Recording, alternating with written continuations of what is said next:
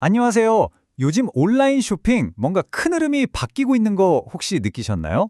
바로 수많은 브랜드들이 쿠팡이나 무신사 같은 거대 플랫폼에서 나와서 독립을 선언하고 있다는 건데요.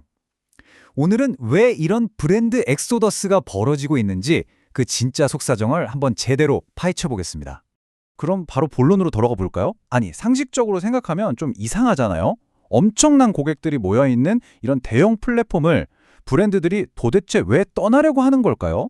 여기에는 우리가 생각하는 것보다 훨씬 더 중요하고 또 절박한 이유가 숨어 있습니다.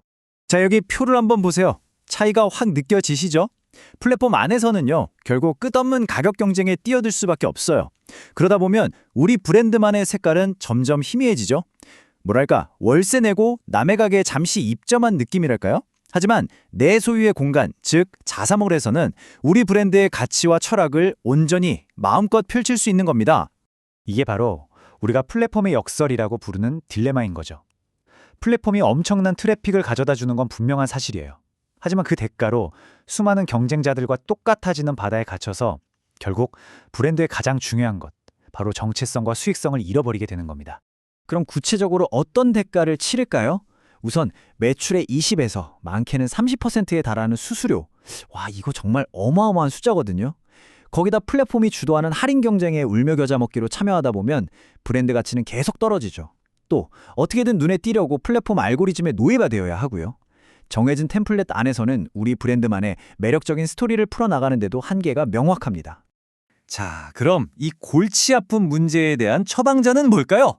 네, 바로 브랜드가 직접 고객을 만나는 온라인 스토어, 바로 자사몰을 짓는 겁니다. 우리만의 세계를 건설하는 거죠. 흔히들 자사몰, 그러니까 D2C 스토어라고 하면 그냥 수수료 아끼려고 만드는 거 아니야? 생각하실 수 있는데 절대 아니에요. 이건 단순히 물건 파는 가게가 아니라요. 고객과의 모든 관계를 우리가 직접 소유하고 우리 브랜드만의 독보적인 세계관을 쌓아 올리는 아주 강력한 전략 엔진이라고 봐야 합니다. 그럼 이 자사몰이 가지는 진짜 힘, 핵심 파워가 뭘까요? 딱 세 가지로 정리해 드릴게요. 첫째, 고객 데이터를 남한테 빌려 쓰는 게 아니라 완전히 우리 것으로 만들 수 있습니다. 둘째, 한 번 구매한 고객을 우리 브랜드의 찐팬으로 만들어서 평생 가치를 극대화할 수 있고요. 마지막으로 사소한 폰트 하나부터 사진통까지 모든 경험을 우리 마음대로 디자인해서 완벽한 브랜드 세계를 만들 수 있는 거죠.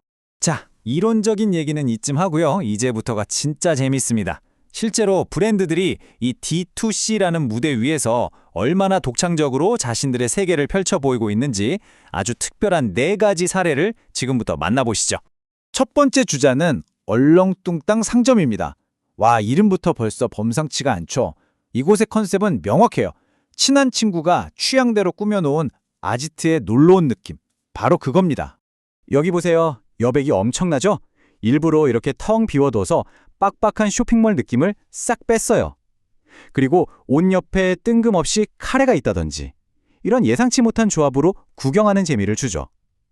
여긴 물건을 판다기보다는 이 상점 주인의 유머 감각과 독특한 취향 자체를 경험하게 만드는 그런 공간에 가깝습니다. 두 번째 사례는 무용지용인데요. 여기는 정말 아주 작은 기술적 디테일 하나로 지루할 수 있는 쇼핑 경험을 즐거운 발견으로 바꿔버린 굉장히 똑똑한 곳입니다. 무용지용은 고유의 브랜드 색상을 사이트 전체에 아주 일관되게 사용해서 딱 봐도 여기는 무용지용이구나 알 수 있게 만들었고요. 진짜 재미있는 건 이거예요. 제품 사진에 마우스를 이렇게 싹 올리면 보이시죠? 다른 각도에서 찍은 사진이 바로 나타나요. 별거 아닌 것 같지만 이게 불필요한 클릭을 한번 줄여주고 와, 이 브랜드 되게 세심하네 하는 인상을 은근슬쩍 남기는 거죠. 세 번째는 댄스 on the floor입니다. 여긴 아예 우리가 알던 쇼핑몰의 네모 반듯한 공식을 그냥 깨 부숴버렸어요. 말 그대로 브랜드 경험이 화면 위에서 춤을 추는 듯한 느낌을 줍니다. 화면을 보시면 아시겠지만 딱딱 맞는 그리드? 그런 거 없어요. 상품 이미지들이 제각각 다른 크기로 비대칭적으로 자유롭게 배치되어 있죠. 그래서 스크롤을 내릴 때마다 화면이 계속 새롭게 움직이는 느낌을 받아요. 이 예측 불가능한 흐름을 따라가다 보면 이 웹사이트의 구조 자체가 이 브랜드의 자유분방한 개성이구나 하고 느끼게 되는 겁니다. 자, 마지막 사례는 넬라입니다. 여기는 지금까지 봤던 곳들이랑은 결이 완전히 달라요. 감성, 재미? 아니요. 여긴 오직 기능과 효율, 그리고 명확성에 집중합니다. 넬라는 디지털 상품을 파는 곳인데요. 카테고리를 막 감성적으로 꾸미는 대신 해시태그 업무용, 해시태그 대학생용 이런 식으로 아주 실용적인 해시태그로 딱딱 정리해놨죠. 군더더기가 하나도 없어요.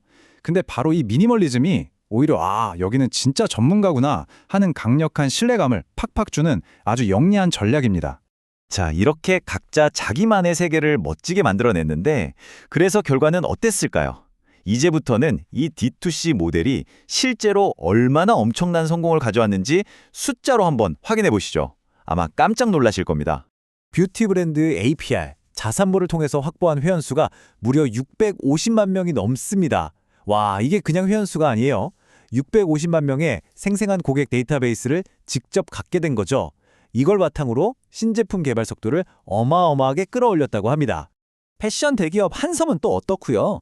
여러 개의 전문화된 D2C몰을 운영한 결과 작년 온라인에서만 무려 4천억 원의 매출을 올렸습니다.